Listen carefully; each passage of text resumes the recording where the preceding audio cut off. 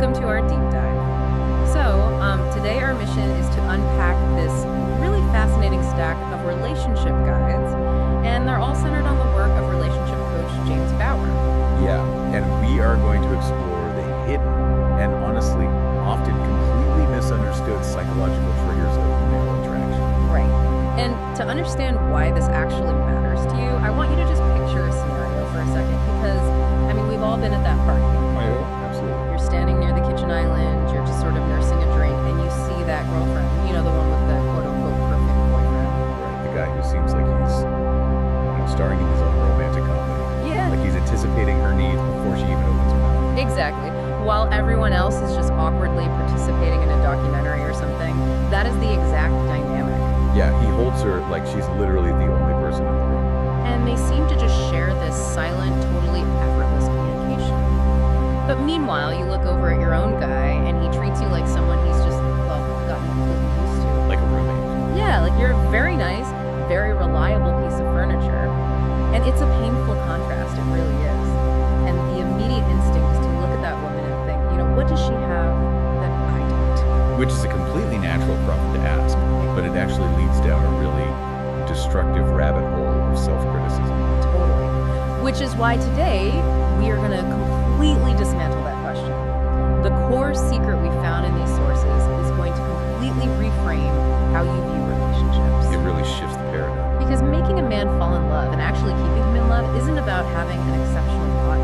It's definitely not about being the flawless, perfect woman.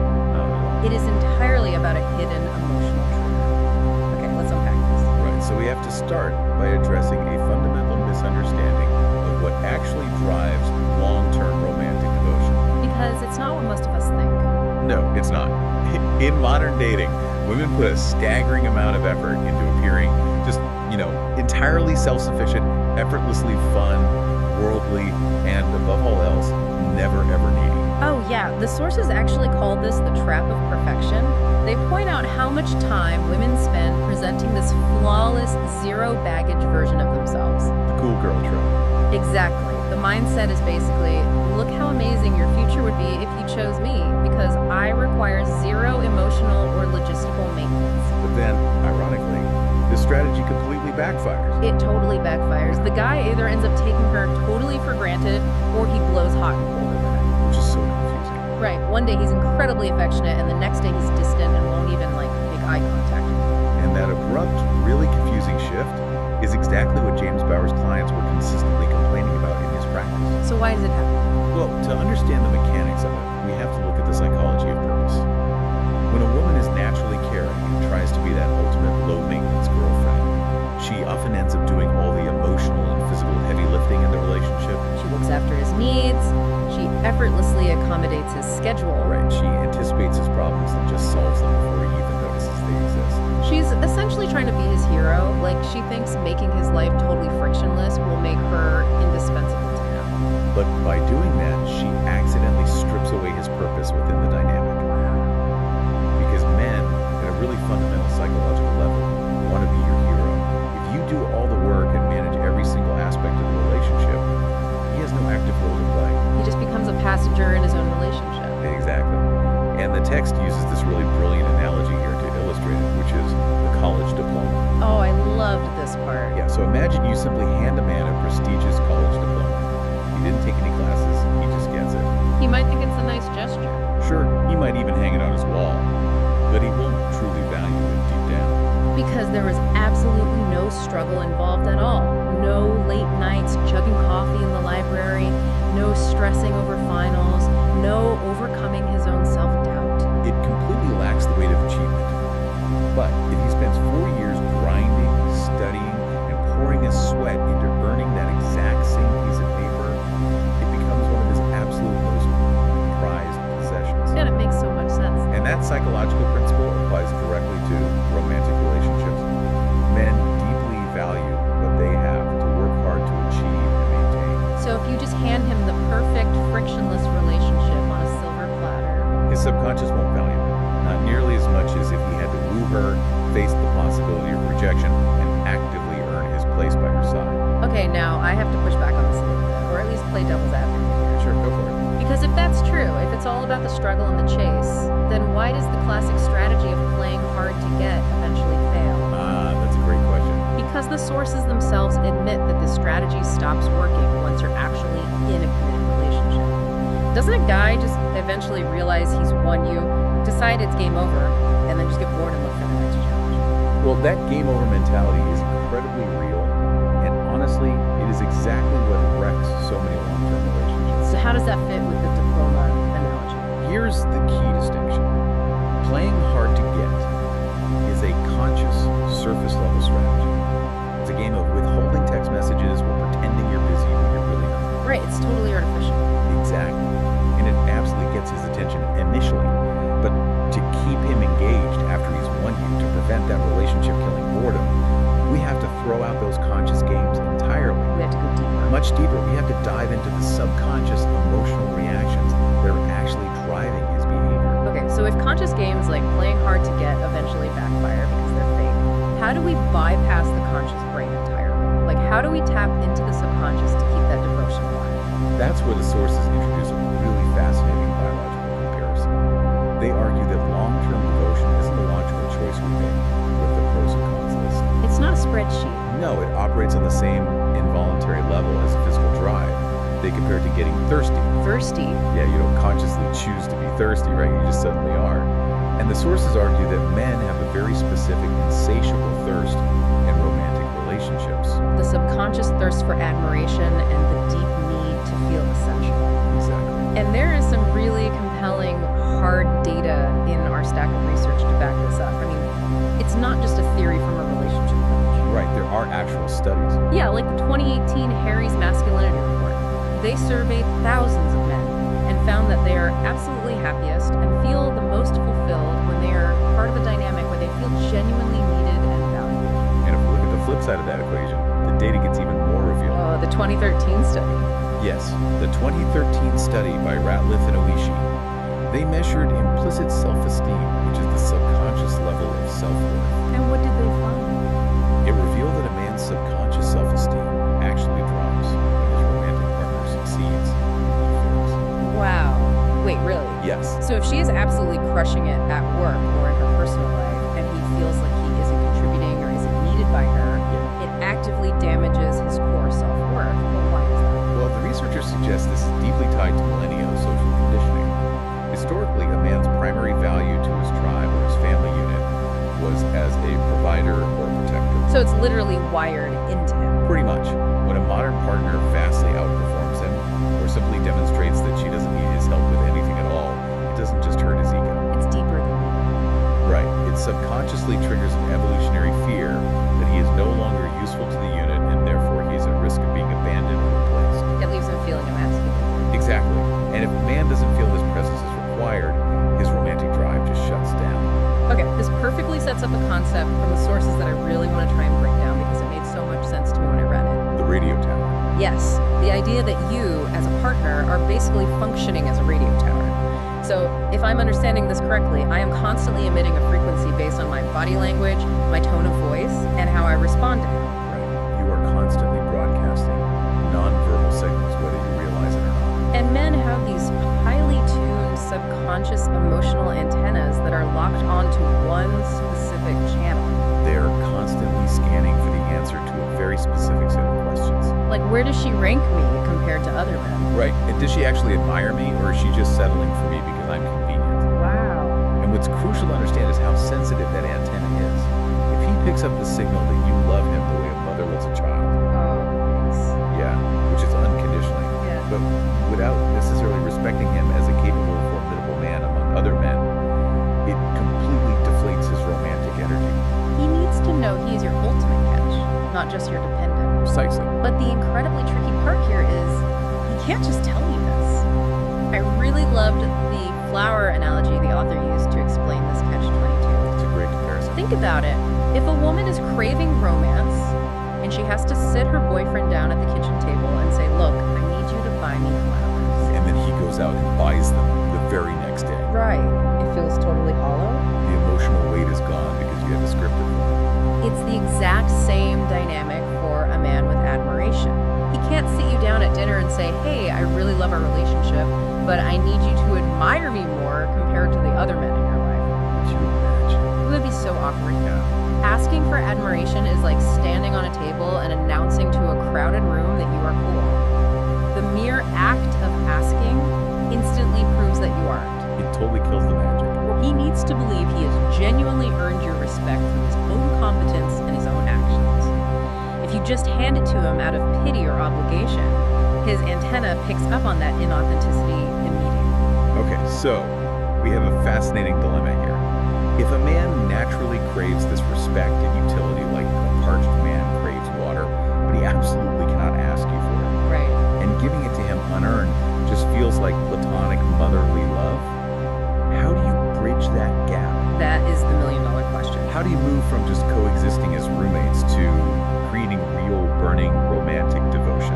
Well, this brings us to the absolute core concept of these sources. The mechanism that bridges that gap is what James Bauer calls the hero instinct. Hero instinct. Let's really dig into what that actually means in the real world. The premise is that it is built into male DNA, again through thousands of years of evolutionary psychology, to seek out relationships where they can step into the role of a provider and a protector. So it's a subconscious drive. Completely. They naturally gravitate toward and emotionally bond with people who provide them the opportunity to feel like a hero.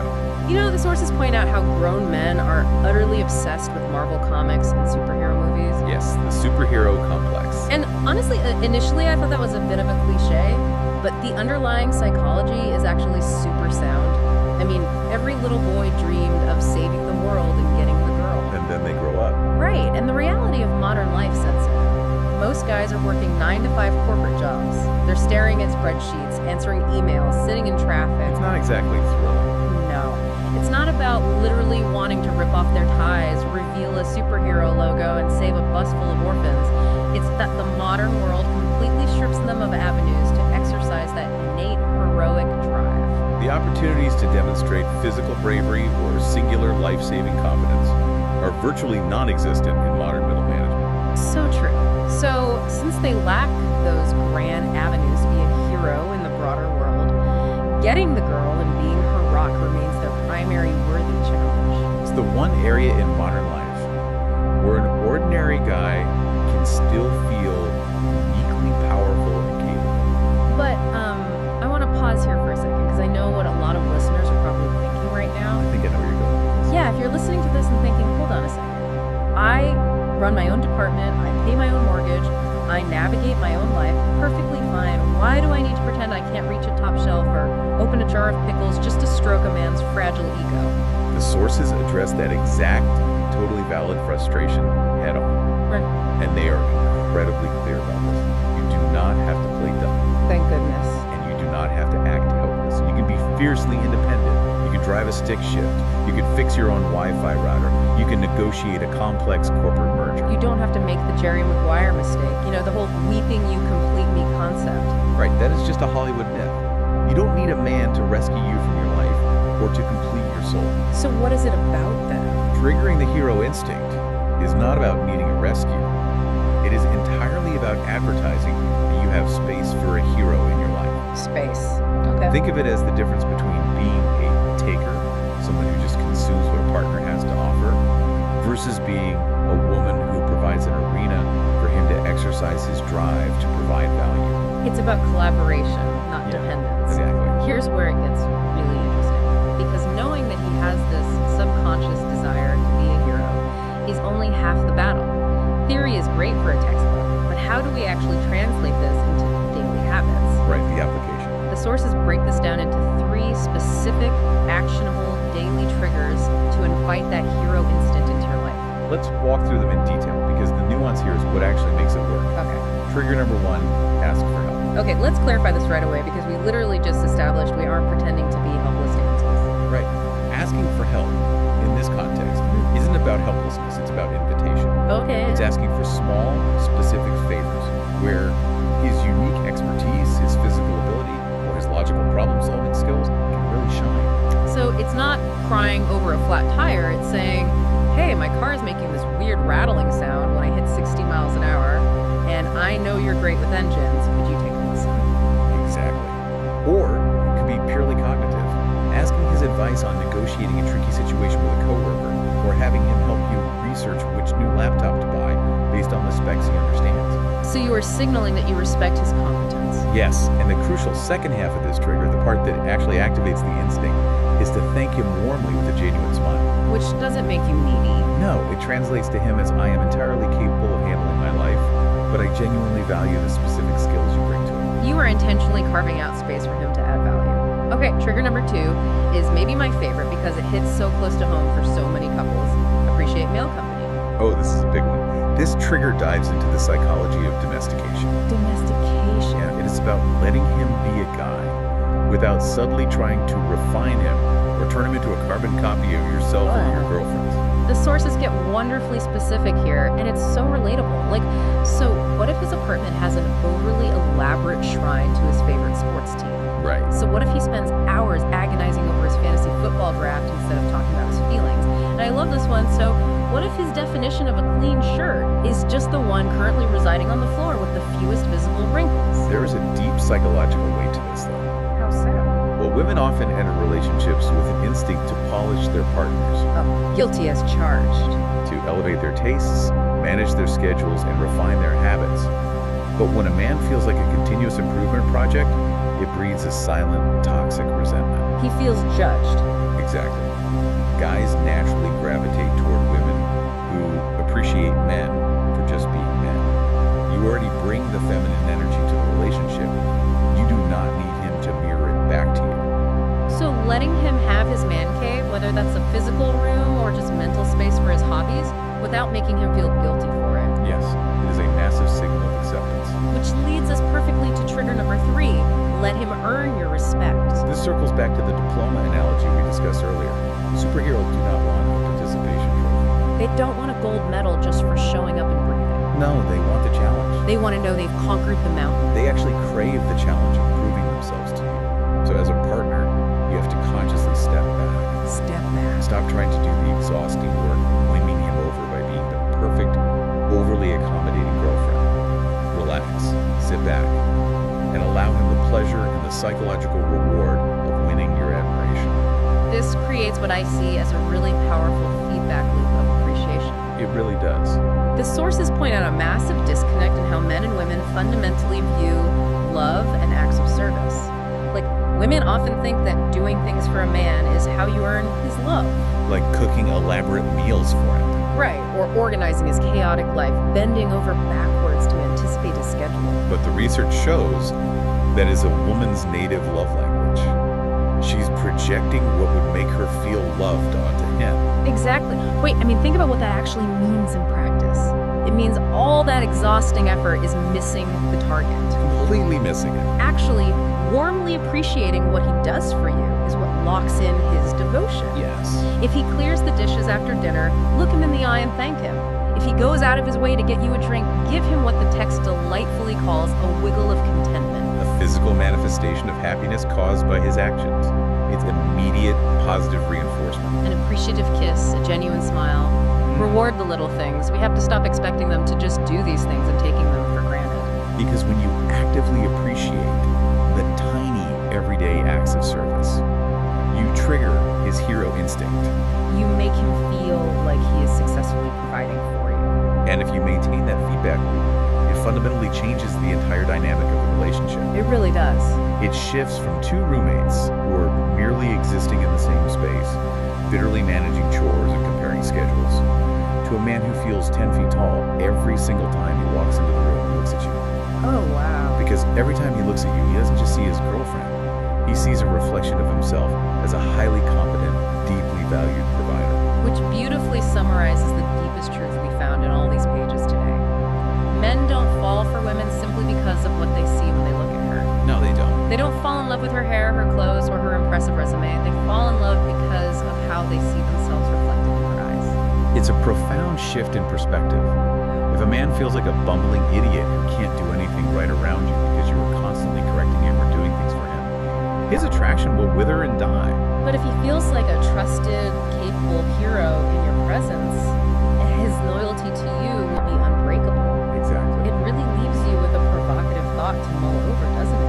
It definitely does. If our relationships are largely dictated by these unspoken radio tower signals we broadcast, and men are subconsciously scanning for these hero opportunities in their personal lives because the modern corporate world completely strips them of that purpose. Right. Think about what the future holds. As AI takes over more cognitive tasks and remote work isolates us further, men are going to feel even less needed or uniquely valuable in the workplace. Oh, that is a staggering implication. Which means this hero dynamic at home, this need to feel essential to a partner, is only going to become more critical to romantic survival. The pressure on relationships to provide that sense of purpose is going to skyrocket. The home might literally become the only arena left where that evolutionary drive can be satisfied. And the bad part is, triggering this hero instinct isn't some temporary manipulation.